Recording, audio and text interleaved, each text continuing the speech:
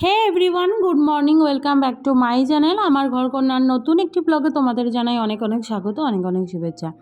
I hope তোমরা যে যেখানে আছো ঈশ্বরের কৃপায় খুব ভালো আছো আর খুব সুস্থ আছো। আজ মঙ্গলবার, আজ আমি তোমাদের সাথে শেয়ার করব আমার মেয়ের ডেলি রুটিনটা। আমার মেয়ে সকাল থেকে একদম রাত্রে শুতে যাওয়া অবধি ও কী কী করে, একটা 7 বছরের বাচ্চা। তো সেটাই কিন্তু আমি তোমাদের সাথে অবশ্যই শেয়ার করব।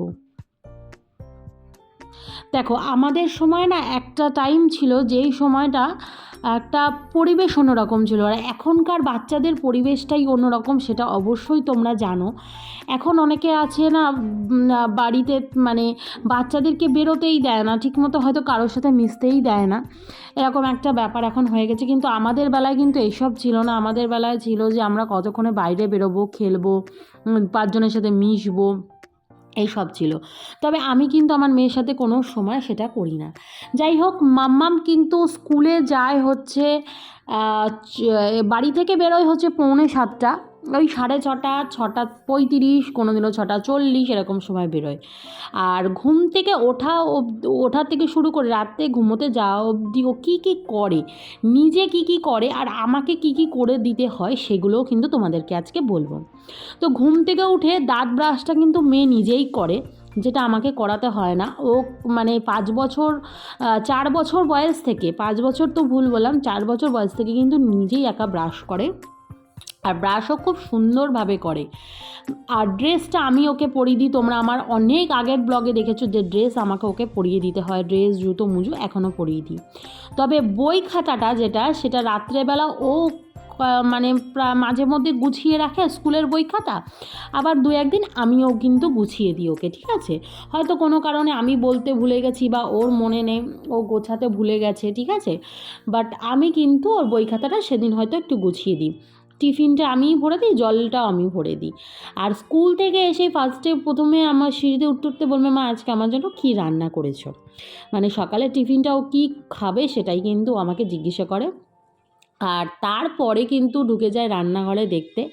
তারপরে বইয়ের ব্যাগটা থেকে বই বের করে সমস্ত পড়া আমাকে দেখায়।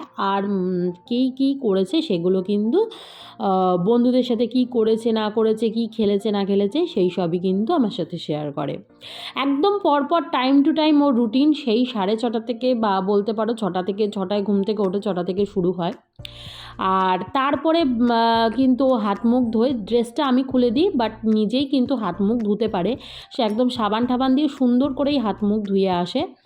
ধুয়ে এসে কিন্তু ড্রেসটাও নিজে পরেই আসে, ড্রেস নিজে পরে নিজে নিচে আসে। আমাকে কিন্তু এগুলো কিছুই করতে হয় না।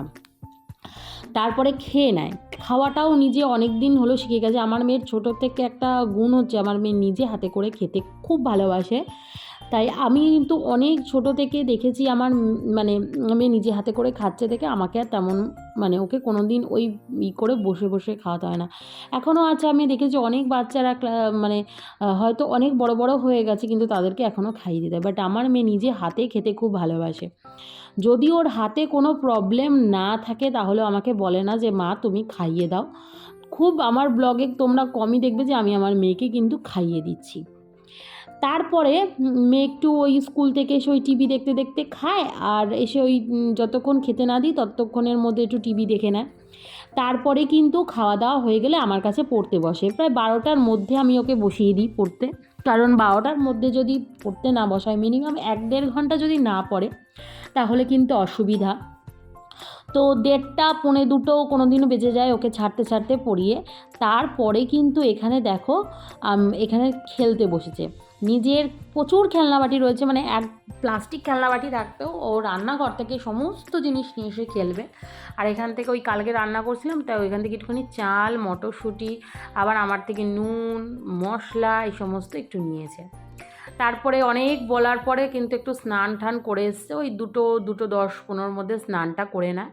স্নান টান করে একটু বসে টিভি দেখে, ততক্ষণে 2:30, 2:45, 2:30টার মধ্যে আমি ওকে খেতে দিয়ে দিই। এই দেখো ঘড়িতে 2:30 বাজে, কিন্তু আমাদের ঘড়িতে 2:30 মানে 2:15। অ্যাকচুয়ালি ওর স্কুলের টাইমের জন্য একটু আমরা তাড়াতাড়ি করেই ঘড়িটাকে ফাস্ট করে রেখেছি, তাতে এটা সুবিধা, একটু 10-15 মিনিট ফাস্ট করে ওর বাবা রেখেছে। তারপরে এখানে দুপুরবেলায় খেতে বসেছে, তো খেয়ে দিয়ে নিয়েই কিন্তু মেয়েকে একদম সাথে সাথে আমি শুইয়ে দিই। মানে সাথে সাথে বলতে ওই তারপরে যতক্ষণ ওই এঁঠো মোছা, ওকে মুখ ধোয়ানো, একটু বসে, ঠিক আছে, একটু ধরো ধূপটা ধরাই, সমস্ত কাজকর্ম এগুলো করতে করতে ওই একটু 10 মিনিট 5 মিনিট বসলো। ওই 3টে থেকে 3টে 5-10-এর মধ্যে একদম, তার আগে পারলে তার আগেই একদম আমি ঘুম পাড়িয়ে দিই। আর যত তাড়াতাড়ি পারি আমি ওকে খাবারটা দিয়ে দেওয়ার চেষ্টা করি। প্রত্যেক দিন 2:30টাই হয় এমন না, কোনো দিনও 2টো হয়, কোনো দিনও 2:15 হয়, মধ্য কথা 2:30টার মধ্যে ওকে দিয়ে দিই। আর খুব লাইট খাবার দেওয়ার চেষ্টা করি। 2-1 দিন হয়তো একটু হেভি খাবার মানে বাড়িতে তো রান্না হলে ও খায়।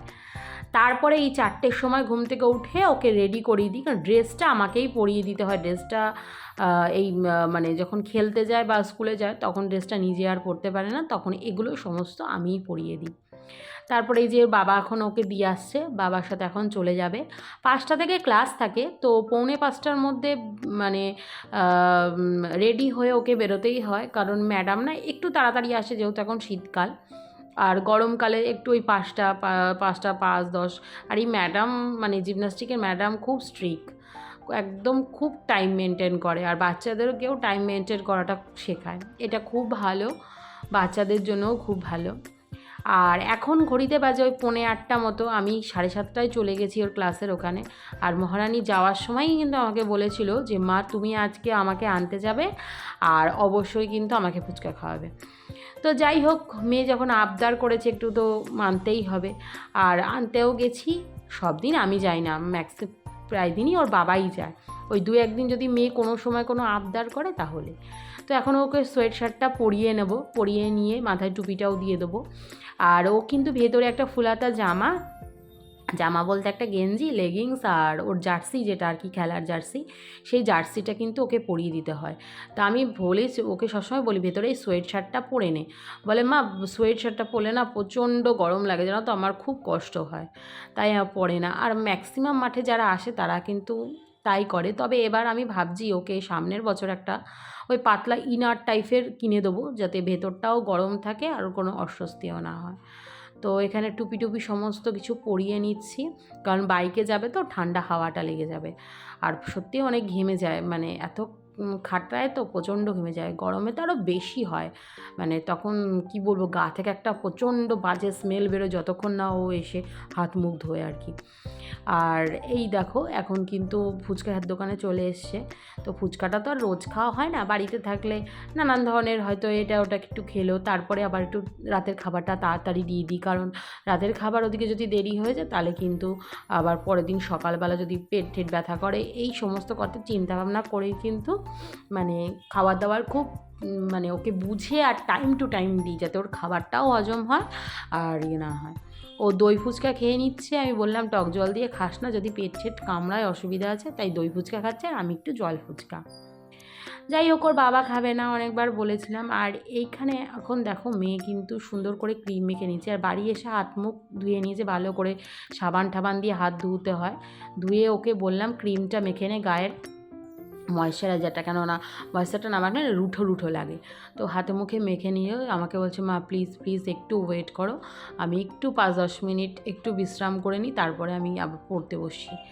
আর ওই দেখো বালিশগুলো যে রাখা দেখছো না, ওই বালিশটা নিয়ে প্রথমে শুয়ে পড়েছিল, তারপরে আমি ওকে তুলেছি, বললাম ওট উঠে একটু পড়ে নে, অন্তত ঘন্টাখানিক পর 10টা অবধি, তারপরে আর পড়তে হবে না, অন্তত একটা সাবজেক্ট অন্তত পর।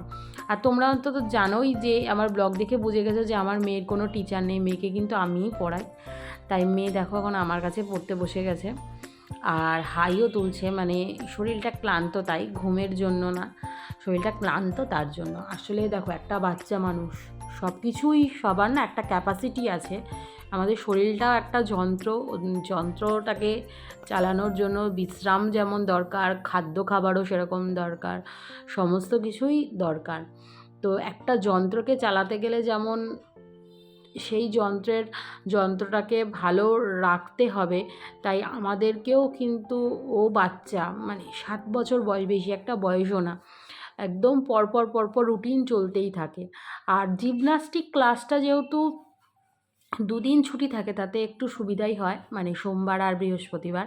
আর শুক্রবারটা আমি মেয়েকে পাঠাই না, কারণ শুক্রবার মেয়ের থাকে হচ্ছে ডান্সের ক্লাস, তাই শুক্রবারটা আর মেয়ে যায় না যেহেতু ডান্স ক্লাসে যায়। কারণ 5টা থেকে ক্লাস থাকে জিমনাস্টিক, যদি 6টায় ওকে নিয়ে আসি তারপরেও ওকে রেডি করিয়ে নিয়ে যেতে পারবো না, তাদের দুটোই হবে না। আর এক জায়গা থেকে আর এক জায়গায় গেলে পরে তার মানে এটা হবে না, মানে কি বলবো,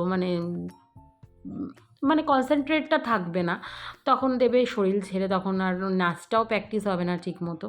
তাই শুক্রবারটা ওই ভাবনা চিন্তা করে আর পাঠাই না, শনি রবি ওদিকে সোম মঙ্গল আর বুধ।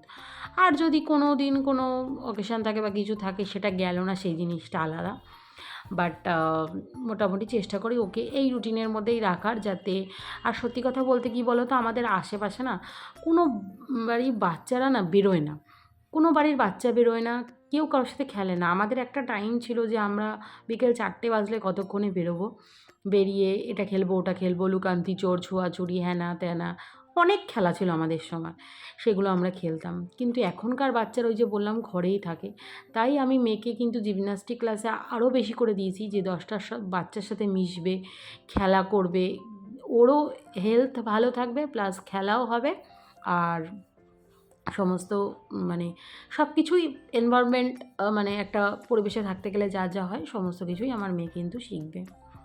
আর আমি সবসময় মেয়েকে বলি যে তুমি খেলাধুলা সমস্ত কিছুর মধ্যে নিজেকে বিজি রাখার চেষ্টা করো, তাতে তোমার নিজের শরীর ভালো থাকবে, মনও ভালো থাকবে। যাই হোক, খাওয়া দাওয়া হয়ে গেছে, একদম 10টা থেকে 10:30টার মধ্যে খাইয়ে দিই। রাতের খাবারটা খুব লিমিটে ওকে দিই, যদি সন্ধ্যেবেলা হেভি কিছু টিফিন করে একদম অল্প করে খাবার খাওয়াই। তারপরে কিন্তু এই দেখো আমাদেরও খাওয়া হয়ে গেছে, আর এখন বসে গেছি দুজনে একটু মাসাজ করতে। এই মাসাজারটা ওর বাবা এনে দিয়েছে ওর জন্যই, মানে ওই 2-1 সময় ওখান থেকে ক্লাস করে এসে বলে, মা আমার একটু গা হাত পাগুলো ব্যথা করছে, একটু মাসাজ করে দেবে, খুব আরাম লাগে। এটা ব্যাটারিতে চলে, তাই আমি ওকে একটু আরাম দেওয়ার জন্য এগুলো করছি, যাতে ওর মনটাও ভালো থাকে আর নিজেরও খুব ভালো লাগে ওর। তো যাই হোক, এই থাকে হচ্ছে আমাদের ডেলি রুটিন। একদম আমরা ওই 11টা 11:30টার মধ্যে শুয়ে পড়ি, কারণ যেহেতু আবার পরের দিন ভোরবেলা স্কুল থাকে, উঠতে হবে। আর ছুটি থাকলে তো দেরিতেই উঠি, তোমরা সেটাও জানো। তো যাই হোক, আজকের ব্লগটা কেমন লাগলো অবশ্যই কমেন্ট জানিও। আর আমার মেয়ের টোটাল সমস্ত ডিটেলস আমি তোমাদেরকে দিয়ে দিলাম, ও সকাল থেকে ঘুম থেকে উঠে রাত অবধি কী কী করে না করে, ঠিক আছে? তো চলো, ভালো লাগলে অবশ্যই একটা করে লাইক, কমেন্ট এবং সাবস্ক্রাইব করে আমার চ্যানেলের পাশে থেকো। আর তোমরা কেমন ধরনের আর ভিডিও দেখতে চাও সেটাও কিন্তু কমেন্ট করে জানিও। তো চলো, বাই বাই, টাটা। এখন ঘুমিয়ে পড়বো দুজনে মিলে, আবার দেখা হবে একটা নেক্সট সুন্দর ব্লগের সঙ্গে। টাটা।